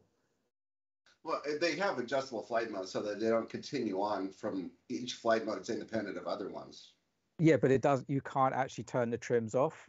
That's the point that's missing. But it's the way it is at the moment is extremely basic. You have in the trims tab, you have trims on, trims off, or trims independent per flight mode. And what that needs to be really just taken out of the trims tab and put into flight modes. That's what needs to happen. It needs to be more like OpenTX in that. Yeah, there's one other thing I would like to see as well when it comes to Ethos, and that would be, I know it seems minor, but you should have a separate screen for both, and I know it would populate the fields where it should be, is to have the ability to have dual rates and expo be turned on and off. Have a screen where people can dial it all in. The one thing I will say before we get off the subject here is I actually do have a prototype of this radio. There's only 2 in the world right now. This is one of them. This is the X20 Pro. So this is the one that is, actually this is the one that people have photos of in China. It's made into my hot little hands, and it's here in the United States. Essentially what this is a metal face radio. So it's the X20 Pro, X20S, has a metal face made out of a solid block of aluminum. You can see how it continues on for right there. So it has to be honed down. The honing on this is exquisite. They did a really nice job. We can only make 4 of these a day. So there's right away it's on back order. The thing that's different about it is it has an extra set of trims right here. So 3 sets of trim, kind of like the X18. And then on the back, it has these shoulder buttons as well as the buttons back here. Sliders have been upgraded. This main slider right here is going to be, it's essentially red right now. We're looking to make this black, and it's gonna be metal as well, so it's gonna look pretty. The sliders on the side, you can see that these are much nicer. Are they reversible now as well? Yes, absolutely reversible. Yeah, and actually they were reversible on the X18, the red radio. So the red one, the Cardinal Red, X20S Cardinal Red had the flat switches, and they had reversible sliders. Those caps, if you don't like them, you can get a set of caps for about $4 that are reversible. The interesting thing about this radio, other than all the stuff I tell you, why is it worth twice the price? There's actually inside of here, there's a third protocol. So we know, like, for example, on the Twin X-Lite has both 2.4 gigahertz and 2.4 gigahertz. So one is FSK, which means that it is essentially similar to Spectrum, it's similar to Futaba. And then the other one is LoRa. So it's a LoRa module, similar to the 900 megahertz module. So you get long distance. And it's the protocol, the technology that ELRS made popular on 2.4 gigahertz. So you get the benefits of having a pure 2.4 gigahertz system. You're not going to have the range issues that you're having, or being locked out, or having a signal swamp. The possibility of blasting both ranges of 2.4 gigahertz from a signal being swamped are much lower. So you get better stability at the flying field, and you also get long range. Anyway, it has all 3 protocols in there. So it has 2.4 gigahertz FSK, 2.4 gigahertz LoRa, and 2.4 and 900 megahertz But what's going to happen here in the next year? I just found this out about a week ago. There's actually going to be receivers built that are going to be tri-band instead of dual band receivers. So interesting technology coming out. In the meantime, this will work with both 2.4, the protocol, the receivers that will work with twin, or will work the receivers that will work with tandem. So that is pretty much the big thing about that. That's a radio that's coming out in about a month and a half. There are pre-orders for it right now. And I was getting people left and right, like messaging me, like, "Hi, I haven't talked to you in 3 months, but is it possible to get my hands on an X20 Pro?" And then finally we put out a pre-order on it, and there have been, all of a sudden the requests for them have dropped off. The first one should start shipping, we're thinking, in about another month. Hopefully, we're hoping it was supposed to be by the end of June, but I knew it was going to be more like by July. People should be getting their hands on this in August, and we'll see how it does. So anyway, that is it. Are there any questions you guys have about Ethos or the radios before we sign off and call it a day? No, I'm pretty much fine. Okay. Yeah. Yeah, to be honest, it just looks cool. Yeah, I do like the chrome or the polished aluminium bevel around the edge. That looks sweet. Okay, and then what's interesting about this is I was actually in the meeting. It was essentially, there's one guy who is a big time turbine jet pilot, and the guy said, "Your radio system's great, and people really like it. It's the best radio system for the turbine jet community." And they said, "But no one's going to buy it." There's a number of people who say that they cannot physically spend or cannot justify spending under $500 on a transmitter when their planes are worth $30,000. So his suggestion, he had a number of suggestions for the radio, which is to be metal and everything else. But the biggest thing was you need to have the $1,000 price range on this. So that's why this came in at $1,000. And when it first came out, I was talking to the management. They're like, "Yeah, we might sell it for $700-800." And I'm like, don't do that, because people aren't going to buy it. There's people who physically, and then at the same time as this was coming out, the Spectrum had this radio that was IX14 that was selling for $1,000. So I'm kind of a little bit worried that we're not going to be able to make them fast enough, and people are going to get pissed that, there's only 4 a day, and that they don't want to wait 3 months or 6 months. And the other thing is that they're going to be numbered. And I get a number of people are going to be asking me, "Well, my birth date is this date, or our anniversary is this date. Can you get me that number?" And I checked with management over and over again. And this is the final answer. The radios are going to have a serial number. They're going to be put onto the radio. It's going to be put in the box, and then the box is going to be shipped. And whatever shows up is the number you get. So if it happens to be that number you're looking for, then all the more power to you. 777 or number 69 or 007 or whatever it is. I get requests for numbers all the time. People. If you're lucky, get the real number and you don't care, you can sell it to someone who wants it for a good price.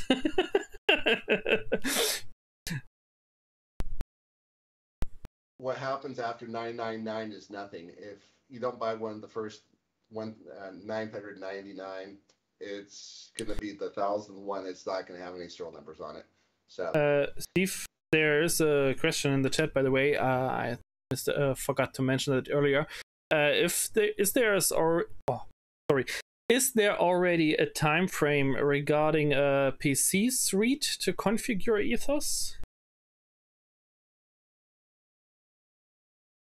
The Ethos suite, will it have the ability to do something similar to the OpenTX companion, where you can set up everything? Yeah. So right now it's somewhat of a mess. The biggest problem is when you look at Ethos suite, the whole screen is actually there, but all the little switches and knobs are not on there. And or moving the gimbals around like you see in Ethos Suite. So that is something that they've actually, there's a separate team that works on this, and they've been working pretty hard on that. So it's going to have that. Yes. So the time frame is, I don't know. They've been working on it. What has been different is, for example, as of recently, you can put your model files in there. So you take a photo, it can properly size the photo now in Ethos Suite. So you can put your photos into the radio without having going through a lot of different conversions.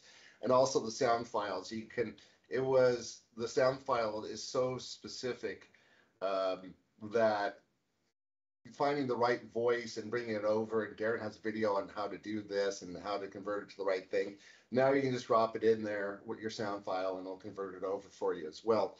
But yeah, they are working on that, and this is there's a number of things that we need to work on. The Ethos website is going to improve. If you've noticed over the last month, it's also changing a bit. And then you'll probably start seeing a lot more model files on the Ethos website as well. But as far as the companion, the Ethos Suite, having something a companion, you know, all I can say is we're working on it. And thankfully, it's not from the same guys who are writing Ethos. So it's not like they're taking time off to write Ethos to work on the companion. These are a different set of people, and they're working on it. And hopefully, I'm hoping by the end of the year it should be done. Is there going to be a feature where it will update the RF module? Because at the moment it updates the firmware and the SD card contents, but a lot of people forget about the ISRM module. So will that be able to be updated with Ethos Suite as well? Yeah, that was one that they're looking to do as well. And then the other thing I should mention, God, I really forgot like the main selling points here. Not selling points, but the main things. The one thing that has been really freaking people out to no extent, and you know, if I get phone calls on a Sunday afternoon, it's for this topic only. If people are out flying around and they get this warning, low VFR warning, you know, and they're out flying and they're like, what the hell? And then I have to explain to them that means valid frame rates. And they're thinking like, because what it does is as you're flying, it screams it out at you at full volume, and then the radio vibrates, the haptic feedback, and it scares the living S out of people when this happens. You know, it's just kind of like, what's going on with my plane? And what happened was they have the 2.4 gigahertz and 900 megahertz are working simultaneously. When 2.4 gigahertz drops below the threshold, it will give you that warning. But 900 megahertz is still working. So you're nowhere near crashing, and you're nowhere near a problem. In Ethos 1.5, they're going to have to wait for both of these to go down before you get that warning. So that's going to disappear. And that is something that is really going to be big and helpful coming out in Ethos 1.5. What was the other thing about was coming out in Ethos 1.5? Let's see. That was primarily it. That was one of the big things that they needed to have fixed. The instant trims. It is the problem with Ethos 1.5 is they have to do a lot of firmware updates to get the firmware Ethos working with that particular transmitter. And you'll start seeing, and when I was talking to Adam Moss about it, he was saying that a lot of the low-hanging fruit as far as updating Ethos have been picked already.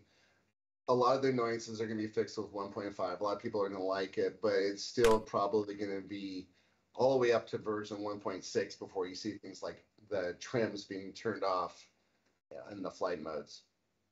Yeah. So it's going to be a while. I mean, I'm just going through a thread now on the Discord, and there is a lot of cool stuff coming. So there's a text viewer.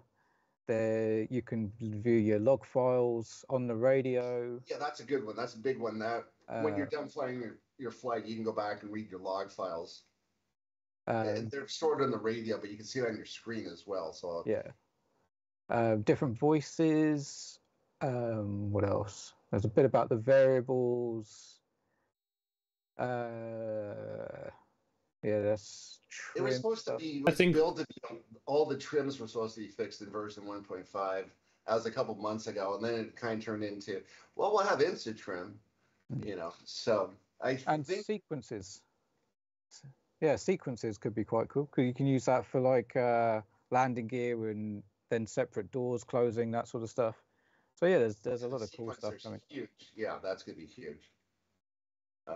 So yeah, it's neat. I mean, there's essentially this is a radio that's under development, and I remember when I the first time I got it, I remembered I got it, took it out, played with it for a few minutes, thought it was kind of cool, put it back in the box, and then it was like 6 months later, I was talking to Darren about it, and he was like, I said, man, I don't understand this Ethos. It just doesn't seem like there's much there. And Darren's like, have you updated it? Well, you got to update it. And then at the time, you had to spend like a couple hours updating it. Now it's a lot faster to update with Ethos Suite, but yeah, it's come a long way just in the last 2 years. So as far as sequencing is concerned, yeah, so the sequencing for doors will be big as well. Anything else we need to cover? Do you see anything else that stands out?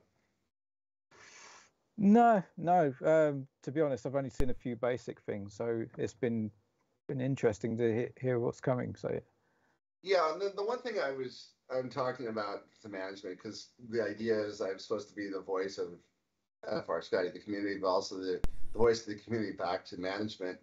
And this thing right here was a much bigger project than they ever anticipated it was going to be. It just was. We put a lot of things aside to come out with this X20 Pro, and this is something that's maybe more of a vanity project because we can't make that many of them. They can't sell as many of them.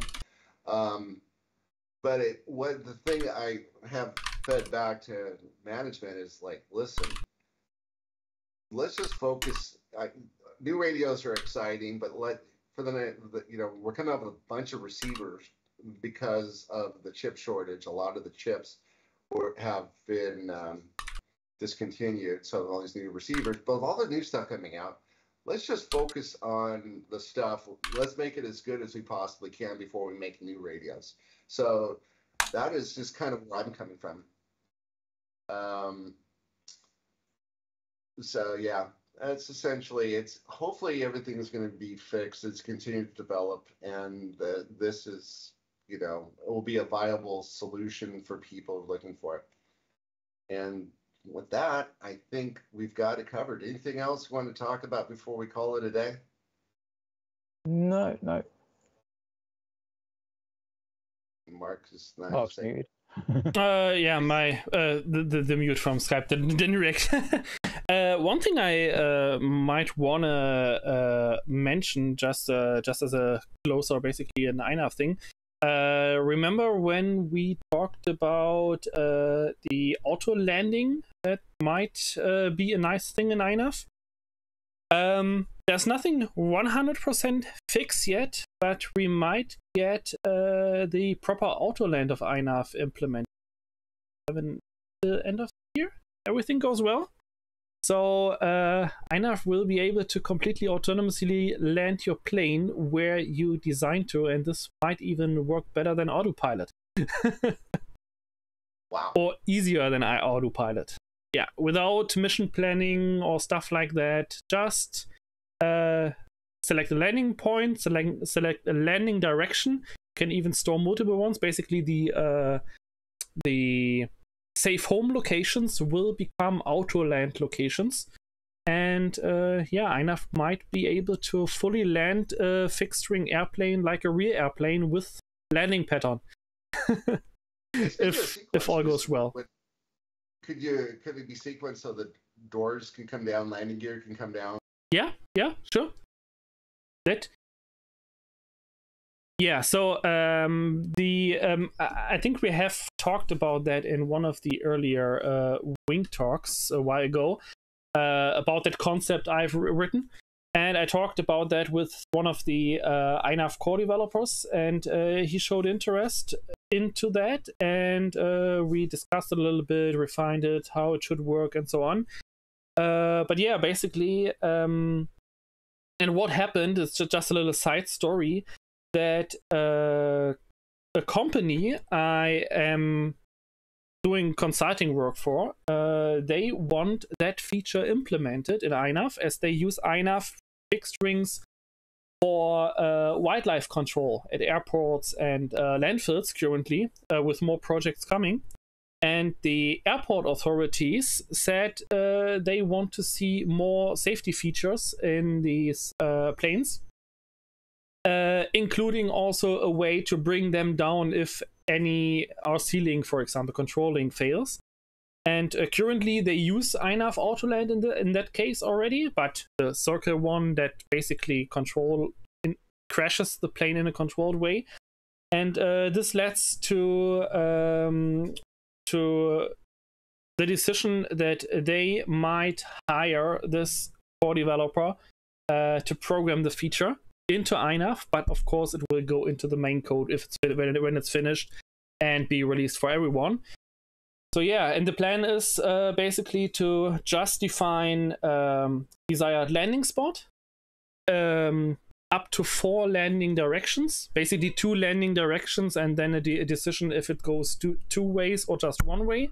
And what INAV will do, it will use its new AHRS to determine the exact wind speed and wind direction, and then decide of what landing path it will actually take. And then it does a complete flight pattern, like a rear airplane at an airport with parallel out, then go a turn in, glide, the descent phase, glide phase, landing, everything, including LiDAR support. Yeah, it's not 100% safe yet. A few things have to be discussed, but yeah, this might come in INAV 7, and that will be an interesting new feature for sure.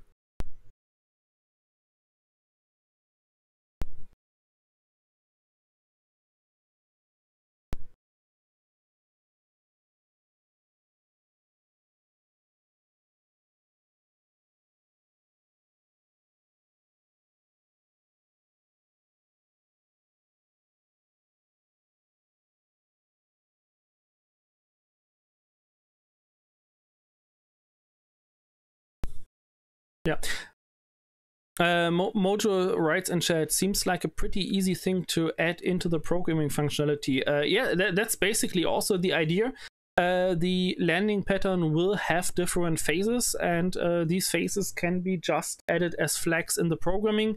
So you can say at a certain point that, for example, headlights are turned on, or the landing gears put out, or the flaps go down. You can then program that on the go, so it gets executed at certain stages of the landing phase. That's the idea behind that.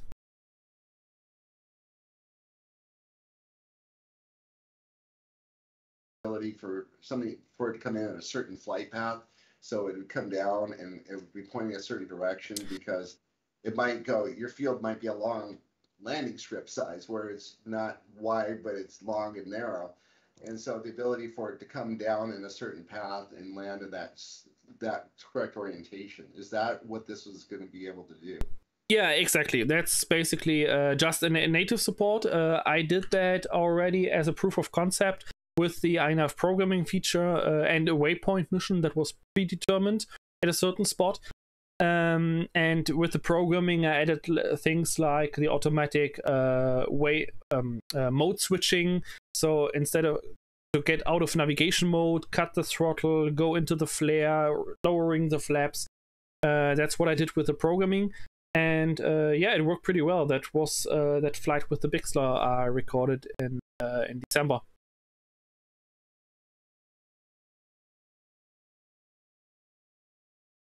Go straight down and kind of gently glide to the ground. Yeah, so... of course, I use the Bixler because it's in general a very gentle plane to just test the first runs, basically. But I will do that on other planes as well. I have 1 second. Let's get your cloud out again. Let's try the cloud out with this. Maybe later.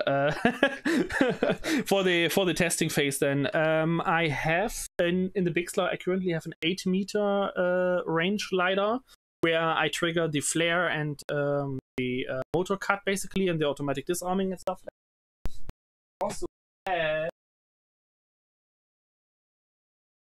a 40-meter LiDAR. I might install in the AR Ring Pro to test with that. So yeah. Yeah, let's see how that works.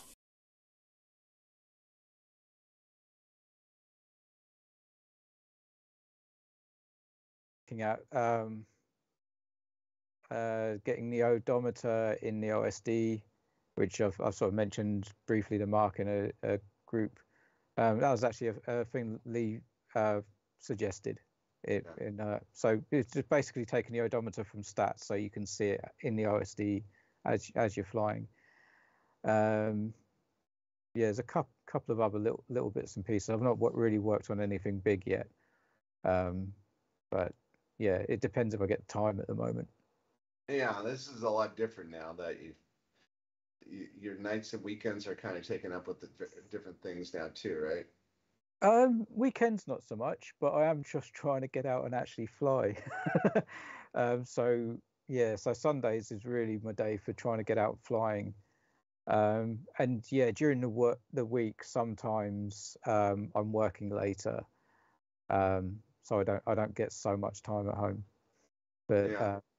We've had crappy weather here all year, and it's just like this is the first nice weekend we've had over. God, it seems like it's been great and windy. But yesterday I was out, I was able to get a plane up and was able to get a glider up and put the flaps down and hit a thermal, and it was fantastic. cool. So yeah. All right, guys. Well, that does it for another episode of Wing Talk. Thanks for joining us, and we'll catch you next time. Bye-bye. Bye. Bye, guys.